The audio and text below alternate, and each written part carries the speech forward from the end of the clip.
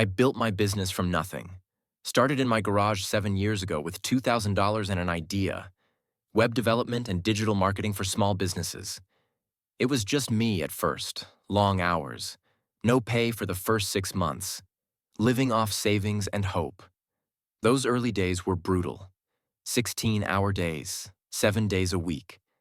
I would code until my eyes burned, cold call businesses until my voice gave out, design websites, write content, handle customer service. Everything. I was the entire company. My friends thought I was crazy, said I should get a real job. My parents worried I was wasting my time, but I believed in what I was building.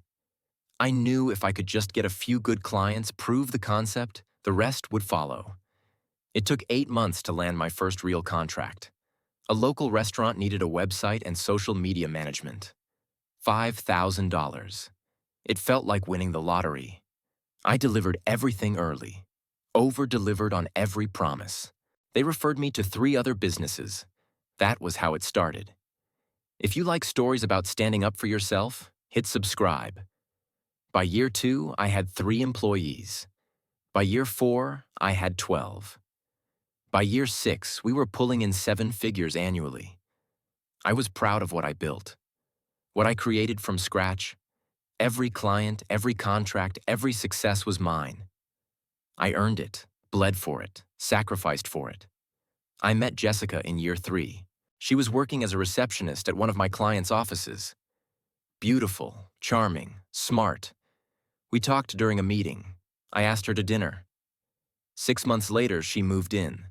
A year after that, I proposed. She said yes. We got married at a small venue, nothing fancy, just family and close friends. I was happy. She was happy, or so I thought. After the wedding, Jessica quit her receptionist job, said she wanted to help me with the business. I was hesitant at first. Mixing business and marriage felt risky, but she insisted, said we were a team now, that she wanted to be part of what I was building. So I let her in. She started doing administrative work, answering phones, scheduling meetings, basic tasks. She was good at it, organized, efficient. I paid her a fair salary, put her on the company insurance, made her feel valued. Over time, she took on more responsibilities: marketing outreach, client communication, social media management. Nothing critical to operations, but helpful. She liked feeling important, liked telling people she worked for the company. Our company, she would say, even though it was mine long before she came along. The first year of marriage was good. We were busy, but happy. The business was growing, money was coming in. We bought a house, nice neighborhood, good schools for the kids we planned to have someday. Everything felt like it was falling into place. Then I noticed small changes. Jessica started dressing differently for work. More makeup, nicer clothes. She said she wanted to look professional for client meetings. But she was not in client meetings. She was in the office doing admin work. She started working late.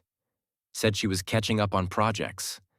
I would leave the office at 6. She would stay until 8 or 9. When I asked what she was working on, she gave vague answers. Just catching up, just organizing files, just getting ahead. Her phone became a constant presence. Always in her hand. Always buzzing. When I asked who was texting, she said it was work stuff. Clients reaching out, team coordination, nothing important. I trusted her. Why would I not? She was my wife. We were building a life together. I had no reason to doubt her. Then came the night that changed everything. I was at the office late finishing a proposal. It was almost 10 p.m. I assumed Jessica had gone home hours ago.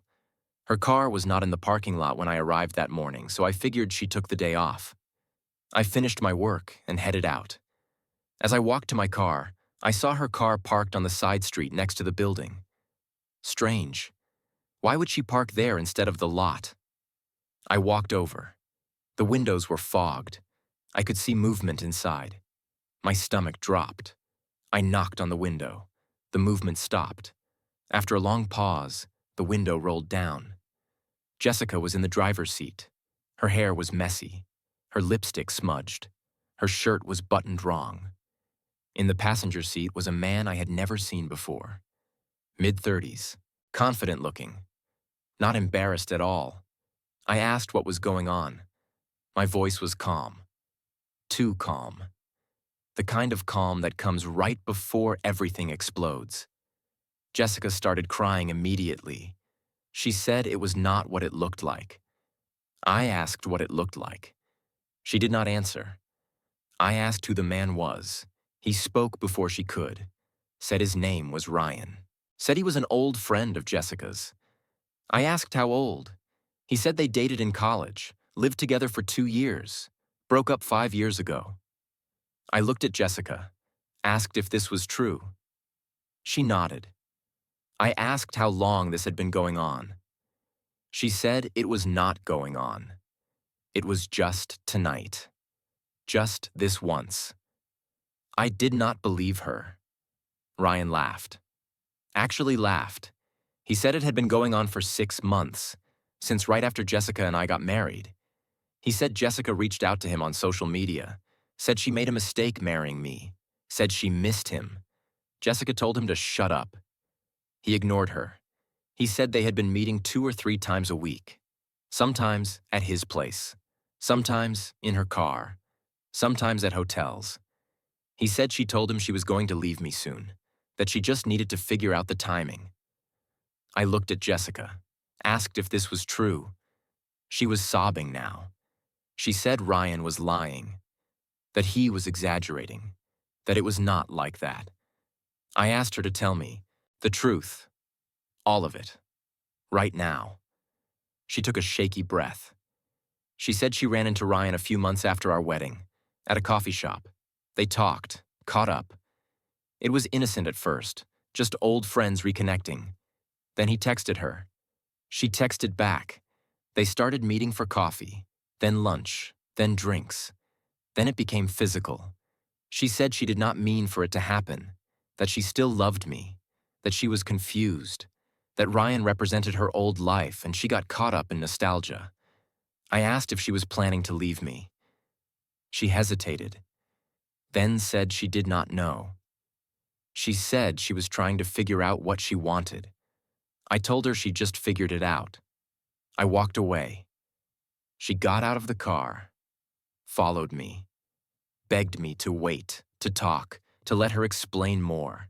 I kept walking. She grabbed my arm. I pulled away. I told her not to come home tonight. She asked where she was supposed to go. I said I did not care. Maybe Ryan's place. She started crying harder. I got in my car and left. I did not look back. That night I stayed at a hotel. I did not sleep. I just sat in the dark room trying to process what my life had become. My wife had been cheating on me for 6 months, with her ex, in our company parking lot. The next morning I called my lawyer, told him everything. He said we needed to move fast, protect the business, protect my assets, file for divorce immediately. I went to the office early. Jessica was already there, sitting at her desk, eyes red from crying. She looked up when I walked in, started to say something. I held up my hand, told her not to speak. I told her she was fired, effective immediately. She needed to pack her things and leave. She started crying again, said I could not fire her, said she worked here, said this was her job. I told her this was my company. I hired her as a favor. That favor was over. She said we needed to talk about us, about our marriage. I said there was nothing to talk about. I was filing for divorce. She would be hearing from my lawyer. She said I was overreacting, that we could work through this, that couples therapy could help. I told her I did not want to work through this. I wanted her out of my life. She left the office crying. I watched her pack her desk, personal photos, a plant, a coffee mug with her name on it, the small things she brought to make the space hers. She kept looking at me like I might change my mind. I did not. 2 days later, she was served with divorce papers. She called me 15 times. I did not answer. She texted saying we needed to talk. I blocked her number. Then her lawyer reached out to my lawyer. She wanted half the business. My lawyer called me with the news. I actually laughed.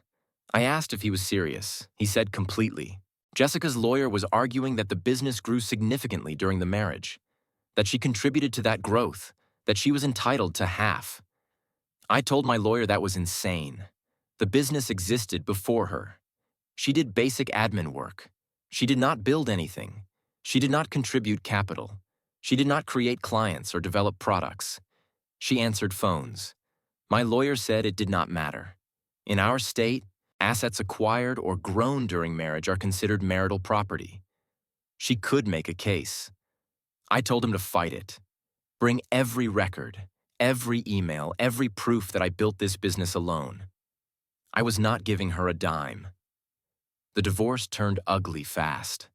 Her lawyer painted me as a controlling husband who exploited her labor, said she worked long hours for below-market salary, said she sacrificed her career to support mine, said she deserved compensation. It was all lies, but lies told confidently in a courtroom. My lawyer brought the receipts, showed that I paid her above market rate for her actual role, showed that she worked 30 hours a week on average, not the 60 she claimed, showed that the business growth had nothing to do with her administrative tasks. We had emails, timesheets, client communications that proved she had minimal involvement in actual business operations. She scheduled meetings. She was not in them. She posted social media. She did not create the strategies. She was support staff, not a partner. We went to mediation. Jessica showed up with Ryan, held his hand, smiled at him, looked at me with contempt. She was trying to make me jealous, trying to show me she had moved on, that she was happy without me. It did not work. I felt nothing, just disgust that she thought this would hurt me. Her lawyer offered a settlement. She would take $250,000 and walk away. My lawyer said we should consider it, cheaper than a long court battle. Court is expensive, unpredictable. This was a clean exit. I said no, not a dollar. She cheated on me, tried to take my business, showed up to mediation holding her affair partner's hand. I was not rewarding that behavior. I was not paying her to go away. She would get what she was legally entitled to. Nothing more. My lawyer tried to convince me, said I was being emotional, said this was business. I told him it was personal, very personal. And I was not backing down. We went to court. The judge listened to both sides, looked at the evidence, asked Jessica directly what her role in the business was. She stumbled through an answer, tried to make it sound more important than it was. The judge asked for proof of her contributions to business growth. Her lawyer had none, just arguments and assertions. The judge ruled in my favor. The business was mine, built before marriage. She contributed minimal labor that was already compensated. She was entitled to nothing beyond standard marital asset division. The house we bought during marriage would be sold and split. Her car was hers. My car was mine. That was it. Jessica looked stunned. Ryan looked angry. I felt relief. The divorce was finalized 3 months after I found them in that car.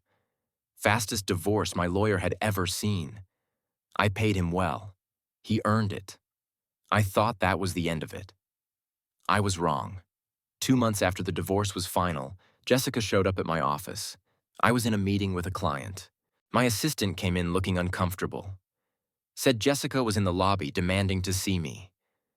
I told my assistant to call security. Before security arrived, Jessica walked into my office, ignored my client, looked at me with tears in her eyes. She said we needed to talk. I told her to leave. She said, please, just 5 minutes. I told my client we would reschedule. He left looking uncomfortable. I stood up, told Jessica she had 2 minutes. She sat down. I stayed standing. She said she made a mistake, the biggest mistake of her life. She said Ryan was not who she thought he was, that he was controlling, jealous, mean, that he wanted her for what she could give him, not for who she was. I said that was not my problem. She said she knew. She said she was not asking me to feel sorry for her. She was asking for another chance. I asked if she was serious. She said completely. She said she realized what she lost, that I was a good man, that I treated her well, that she threw it all away for nothing. I said yes, she did. She asked if there was any way we could try again, start over, rebuild what we had. I told her no, absolutely not. She started crying, said she still loved me. I told her she did not love me. She loved what I could provide. Stability, money, status. But she did not love me. She said that was not true. I said her actions proved otherwise. She cheated on me for 6 months, tried to take my business when she got caught, only came back when her backup plan did not work out. She said she was different now, that she learned from this, that she would never hurt me again. I told her I did not care. I did not want her in my life in any capacity. She asked if there was anything she could do, any way to prove herself. I said no. She burned the bridge. There was no rebuilding it. She sat there crying for a few minutes. I waited. Finally, she stood up, said she understood, said she hoped someday I could forgive her. I told her I already did. Forgiveness did not mean reconciliation. It just meant I was not carrying anger anymore. She asked if I was seeing anyone. I said that was none of her business. She said she just wanted to know if I was happy. I told her I was happier than I had been in a year. She nodded, said she was glad. I did not believe her. She left. I watched her walk out of my office, out of the building, out of my life for good. That was 8 months ago. I heard through mutual acquaintances that she and Ryan broke up, that she is working as a receptionist again somewhere, that she tells people she made a huge mistake and regrets everything. I do not care. She made her choices. She has to live with them. As for me, the business is doing better than ever. We just signed our biggest contract yet. I hired a real marketing director, someone with actual experience and credentials. The company is thriving. I am dating someone new. She has her own career, her own money, her own life. She does not need me for anything except companionship. It is refreshing, honest, real. Sometimes I think about what Jessica said, that she made a mistake, that she wanted another chance. Part of me wonders if I should have at least heard her out, given her a chance to prove she changed. Then I remember her in that car, remember her trying to take my business, remember her showing up with Ryan at mediation holding his hand. And I know I made the right choice. Some people do not deserve second chances. Some bridges should stay burned. Some doors should stay closed. She wanted my business when she thought she could take it. She wanted me back when she realized she could not. Neither was about love. Both were about what she could get from me. I deserve better than that. Everyone does. She got exactly what she earned. Nothing. If this story resonated with you, please subscribe.